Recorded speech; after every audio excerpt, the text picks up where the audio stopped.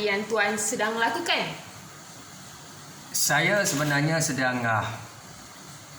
merenung apakah masa depan negara dan juga bagaimana perjuangan Datuk Seri Anwar Ibrahim untuk bermula daripada perjuangan keadilan, nekat memperkasakan tamadun bangsa Malaysia, gerakan reformasi dilancarkan pada tahun 1998. Sehingga hari ini, tahun 2021, Anwar Ibrahim keluar masuk penjara. Pelbagai dugaan ujian keaiban beliau, keluarga beliau dan juga rakyat, termasuk penjawat awam, NGO, mereka-mereka dalam kalangan belia, anak muda, mahasiswa berjuang pada ketika itu. Dalam keadaan percaturan politik terkini di Malaysia, saya melihat Anwar Ibrahim pada awalnya yakin bahawa beliau akan mendapat sokongan. Yang kita tahu, apabila Perikatan Nasional melepaskan jawatan, maka berlakulah satu pertimbangan daripada istana, Tuanku Sultan dan Raja-Raja Melayu untuk melihat sokongan kepada parti politik. Perikatan Nasional, Pakatan Harapan dan juga Barisan Nasional, UMNO. Namun sekarang ini saya melihat pelbagai desas-desus, walaupun belum muktamad, belum ada lagi keabsahan ataupun apa-apa kenyataan daripada istana. Namun sudah ada pelbagai isu yang menyatakan bahawa Anwar Ibrahim tidak dapat mencapai cita-citanya kerana kerusi majoriti ahli parlimen yang menyokong beliau hanyalah 105, sedangkan BN UMNO 115. Jadi itulah yang saya renungkan. Apa kaitan Tuan dengan Datuk Seri Anwar Ibrahim? Baik, kaitan saya, dia bermula daripada rentetan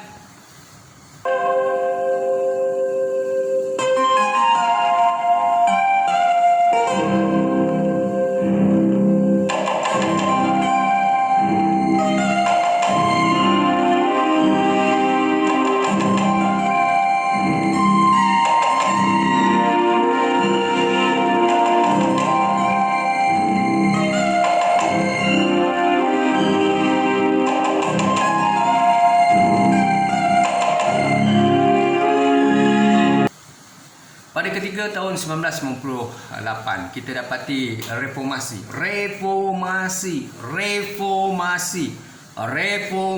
Itulah ungkapan laungan keramat akar umbi penjawat awam, mereka yang bekerja dalam sektor swasta, JLC company, belia, mahasiswa, rakyat Malaysia. Pada ketika itu Melayu, India, Cina, Sabah, Sarawak, Kadazan, Portugis asli bangkit bersama Anwar Ibrahim dalam reformasi jalanan untuk menegakkan keadilan. Bagaimana beliau dipecat dalam keadaan tragis. Itu konflik politik di antara Tun Mahathir dan Datuk Seri Anwar. Pada tahun itu saya adalah mahasiswa di salah sebuah institusi pengajian tinggi di Johor, dan kemudiannya saya dan rakan-rakan terlibat dalam perjuangan reformasi setelah mendapat kesedaran daripada golongan pensyarah kami dalam pengajian pelbagai subjek dan juga pengetahuan dalam media, kesedaran berkaitan dengan kezaliman, konflik politik yang berpanjangan antara Datuk Seri Anwar dan juga Tun Mahathir. Maka pada ketika itu saya sebenarnya adalah antara kumpulan yang menyokong Datuk Seri Anwar untuk menegakkan keadilan, meletakkan keadilan pada tempatnya. Apa yang berlaku pada saya adalah biasa saya ditarik, saya digantung pengajian, akhirnya dibuang pengajian. Kemudian yang paling menyedihkan saya adalah beasiswa saya ditarik dan saya tidak dapat melanjutkan pengajian. Dan ini akhirnya memberikan saya tekanan, dan kami juga ditahan dalam siasatan pihak berkuasa. Akhirnya kami cuba didakwa di mahkamah, di mana kes kami dirujuk kepada Pendahulu Raya dalam keadaan begitu. Dan saya juga pernah disenaraitamkan daripada bekerja dalam sektor awam dan pernah dibuang ketika saya bekerja dalam sektor awam juga secara kontrak. Hanyalah kerana kesalahannya menyokong gerakan reformasi Anwar Ibrahim. Pada ketika itu gerakan reformasi Anwar Ibrahim dianggap gerakan komunis, gerakan untuk menjatuhkan kerajaan Barisan Nasional di bawah kepimpinan Tun Mahathir. Maka itulah disebut gerakan komunis menentang reformasi. Ini dianggap sebagai gerakan komunis pada ketika itu, mahu menjatuhkan kerajaan Barisan Nasional. Jadi saya mengimbau kembali apakah yang berlaku pada saya, dan saya juga melihat mengenangkan perjuangan Anwar Ibrahim bukan saja bermotifkan untuk sebenarnya beliau tidak memikirkan untuk kepentingan diri beliau, namun beliau memikirkan untuk perjuangan negara dan juga rakyat Malaysia. Tetapi sehingga ke hari ini saya sangat sedih melihat pemikiran masyarakat. Walaupun dalam amalan demokrasi berparlimen kita berhak untuk memilih mana-mana parti politik, dan saya yakin dan percaya UMNO Barisan Nasional terlalu lama, dan bila pakatan ini muncul kita mahu melihat apakah penangan, apakah karisma, bentuk karisma kepimpinan, gaya kepimpinan dan juga sumbangan yang mampu dilakukan oleh Datuk Seri Anwar. Tetapi malangnya Anwar Ibrahim ini, Datuk Seri Anwar ini sangat sukar untuk diberikan laluan. Itulah yang saya sedang renungkan.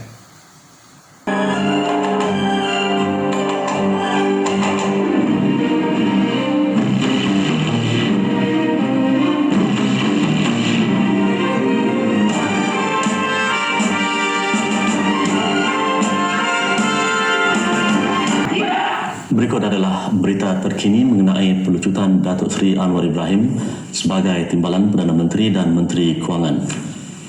Kenyataan 3 perenggan yang dikeluarkan oleh Jabatan Perdana Menteri jam 5.30 petang menyatakan Yang di-Pertuan Agong Tuanku Jaafar telah pun dimaklumkan mengenai pelucutan jawatan Datuk Seri Anwar.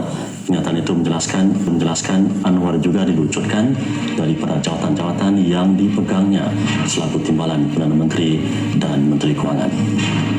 Ini dia hikmah dan pengajaran bahawa dalam sejarah Malaysia modern tahun 1998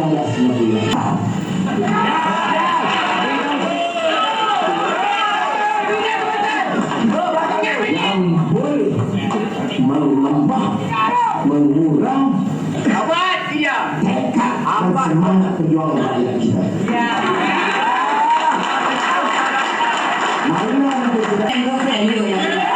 Di parlimen, bilik dia dalam parlimen pun dia sudah bawa perempuan.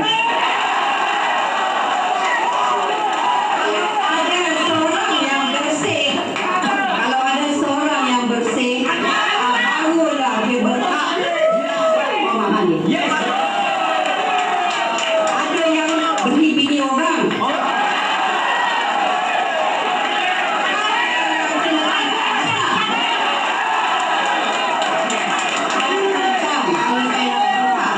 Jadi saya minta lah kepada semua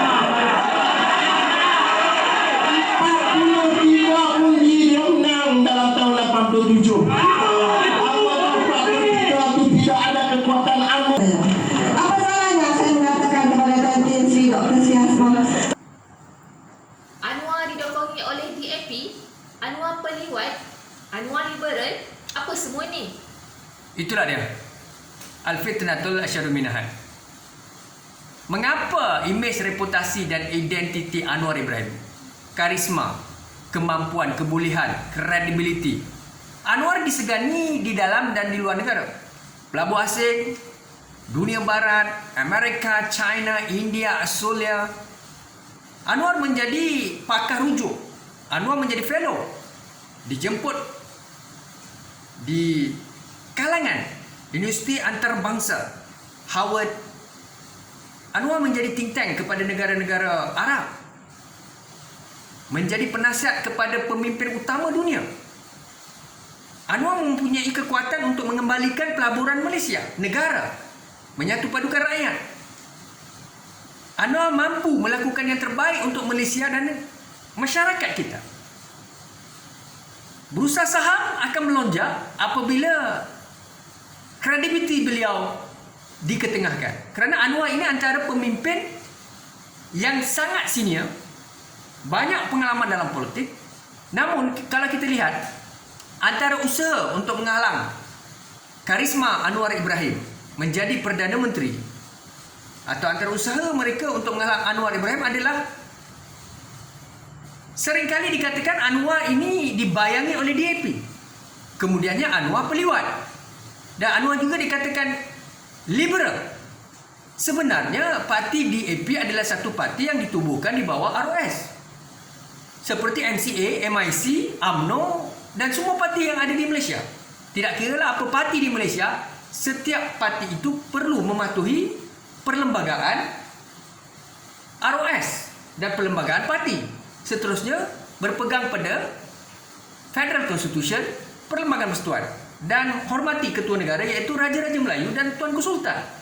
Mana mungkin DAP mencaturkan kepimpinan Anwar? Kalau MCA boleh diterima, mengapa tidak DAP?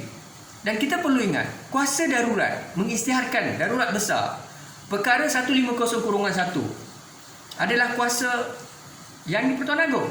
Akibat lantaran daripada darurat besar ini, ancaman ketenteraman awam, ancaman keselamatan dan bencana kepada ekonomi yang kritikal, maka tuanku merujuk kepada perkara 1502-2 Perlembagaan Persekutuan, tuanku boleh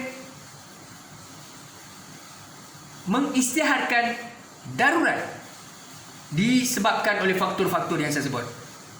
Jadi apabila dimomok-momokkan, ditakut-takutkan, kononnya DAP mengancam, tidak masuk akal.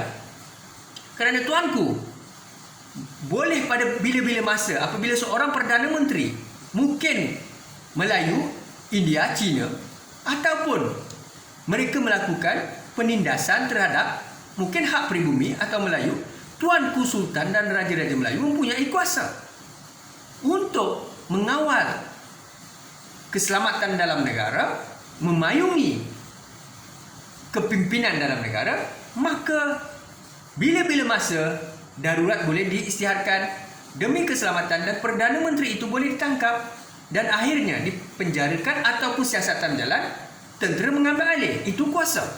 Kemudiannya apabila kita melihat kepada Anwar peliwat, ini adalah satu pendekatan jijik untuk menjatuhkan seorang pemimpin. Anwar mempunyai isteri yang baik, anaknya ramai, anaknya pun memang berakhlak mulia, dan isterinya pun memang dilihat sebagai wanita yang menutup aurat.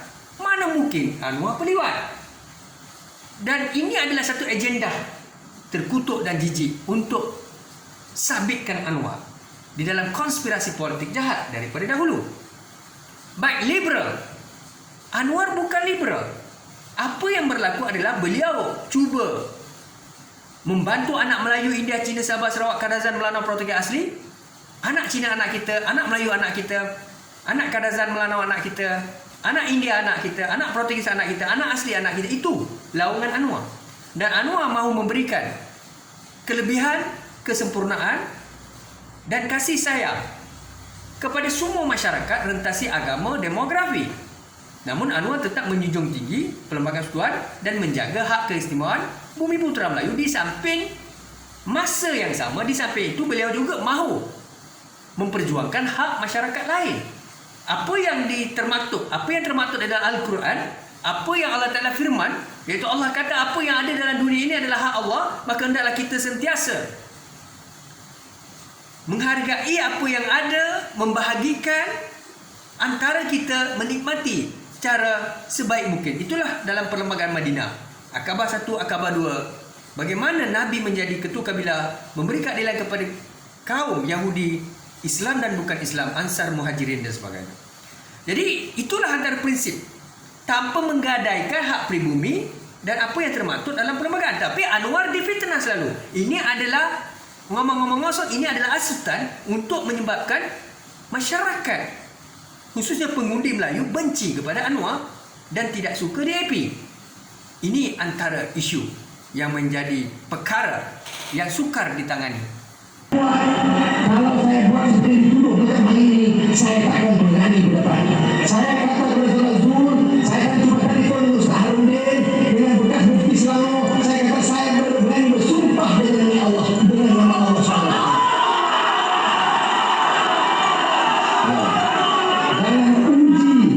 perjuangan dan akhlak saya. Muka saya dan akhlak saya tidak seperti mana Perdana Menteri yang memaparkannya.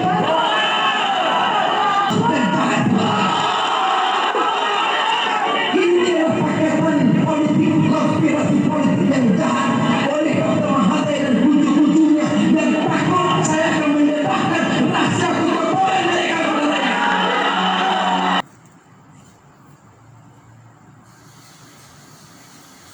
Mengapa Anwar Ibrahim sangat dibenci, Tuan? Beginilah sebenarnya fitrah manusia.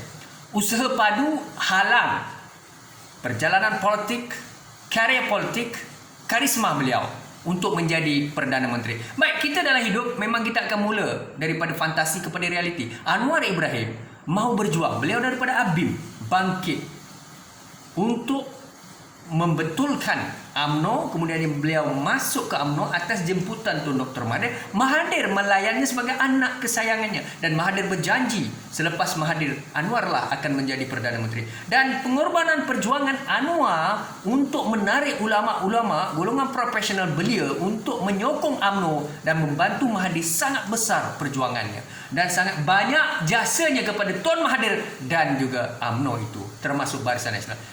Antara perkara yang menjadi isu adalah Anwar dicemburui. Saudara, kalau kita melihat bagaimana asat dengki, kianat, iri hati, manusia rambut sama hitam, hati lain-lain, orang yang agresif sentiasa dicemburui. Orang yang mempunyai kelebihan, karisma, ketokohan sentiasa akan dikhianati. Inilah yang berlaku. Bagaimana Anwar dikhianati dari masa ke semasa, tahun ke tahun, penggal ke penggal. Hari ini kita melihat Anwar hanya dapat 105 kerusi. Namun dalam pada itu ada juga rakan-rakan dalam parti tetap memperkatakan Anwar ini sebenarnya tidak berkarisma, masih lemah. Dan bagi mereka, hanya mereka sajalah yang terbaik. Mereka boleh menjadi pemimpin, baik dalam parti Pakatan Harapan maupun di luar Pakatan Harapan. Masih ada lagi pihak-pihak pemimpin-pemimpin yang tidak mahu melihat Anwar menjadi pemimpin atau Perdana Menteri Malaysia. Maka pelbagai cara digunakan. Anwar juga seorang yang mempunyai integriti yang tinggi, mahu menghapuskan keterisan, rasuah, salah guna kuasa.